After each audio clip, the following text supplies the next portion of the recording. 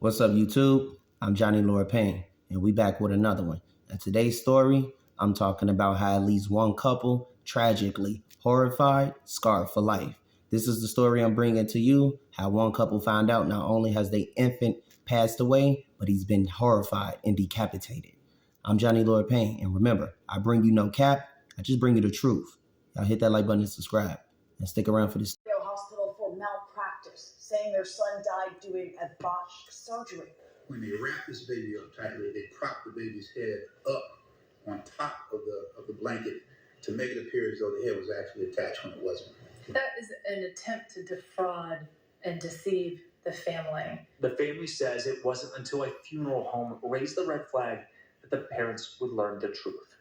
4 days after she first went into labor. I think this is one of the most outrageous situations that I've ever seen in my 25 years of practicing law. This had to be one of the most depressing stories I had to cover on this platform. And I have to be honest, I don't know if I'm more shocked at the response from the hospital or the fact this happened at all. But what we're going to do, we're going to present this story. Throughout this whole process, we're going to pray. We're going to stand behind this young couple because this is not right. Based on the information provided, I'm just appalled at the whole situation in total. Imagine you and your significant other excited for your first child. And during the process of you having birth, it seems to have complications and your baby no longer make it. And then the doctor gives you a picture of your baby with the head propped up, wrapped around, as if though your baby head is attached to the body. At the moment, you thinking nothing of it. Until 4 days later, you find out the extent of the complications of your baby injuries from the funeral home. Not the doctor, not the hospital, the funeral home. You get a call that your baby head is not attached to the body.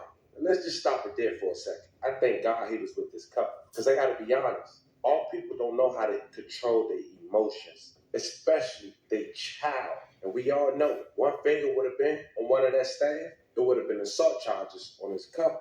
And then you got to look at the fact that the hospital is denying the allegations. And the person that was working at the hospital allegedly and performed the procedure allegedly no longer works there. Like, come on, man. Imagine getting a call after all the information you found out about your baby at the funeral home 4 days later after you gave birth. Can't even imagine that alone. And then the hospital tell you, I feel sorry for you, but we deny these allegations.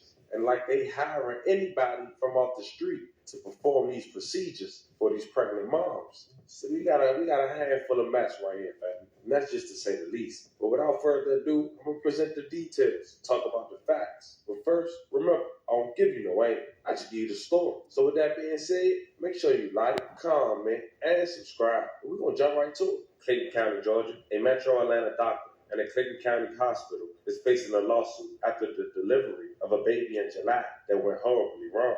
This past Wednesday, attorneys representing Jessica Ross and her boyfriend, Trevon Taylor, described what happened during the delivery of the couple's son at Southern Regional Medical Center on July 9, 2023. Brace yourself, family. The details I'm about to describe verbatimly of what came out the lawyer's mouth can be very, very disturbing. When the womb was opened, the feet came out and the body came out, said Dr. Edmond, one of the couple's lawyers. Dr. Julian came in, and she, in the process of trying to deliver the baby, pulled out the baby's head and neck so hard and manipulated them so hard that the bones of the baby's skull, face, and neck were broken. The couple is now suing Dr. Tracy Julian, along with the hospital and several nurses involved in the delivery. They are now accused of gross negligence and covering up what happened. The lawyer went on to say that the healthcare providers at Southern Regional Hospital, after the horrific incident, told them these things and then tried to hide what actually happened. To sum it all up, according to the attorneys, they're accusing Dr. Tracy and the medical staff at the hospital of failing to report the grisly incident to law enforcement. Instead, they allowed the couple to find out about the alleged decapitation from the funeral home. Looking at 5, a couple is suing a Riverdale hospital for malpractice, saying their son died doing a botched surgery. 11 Alive Molly Oak spoke with attorneys. So, Molly, they filed a lawsuit earlier today?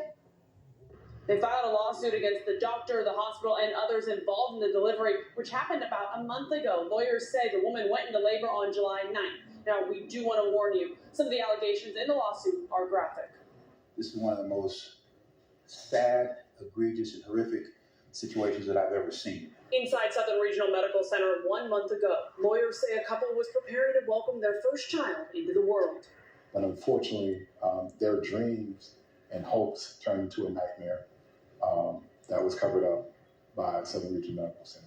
Lawyers say Jessica Ross went into labor for 10 hours on July 9th. When complications arose, they say the doctor did not call for proper emergency procedures in a timely manner, calling the doctor negligent. For applying ridiculously excessive force on the baby's head and neck. Then lawyers say Ross was moved to get a C-section. The feet came out, the body came out, and there was no head. After Ross was not allowed to hold her child, only view him from behind the glass, according to her attorneys, who say the hospital tried to cover up what happened to her baby. Up to that point, they had encouraged the family to, hey, just have a cremation done. Oh, no, you cannot do a autopsy. Well, if you want an autopsy, you have to get it paid for you by yourself. You're not entitled to that. Ross's attorneys claim she didn't learn of the injuries they're now describing until 3 days after she gave birth. We reached out to the hospital for a response to the lawsuit, which says in part that it denies the allegations and says the doctor mentioned is not an employee of the hospital. The hospital also says its heartfelt sympathies go out to the family. That lawsuit was filed in Clayton County today. For more details on the lawsuit, head to 11alive.com. Molly, 11 Alive News. Overall, it's just a very unfortunate situation, man. We send 11 prayers to the family.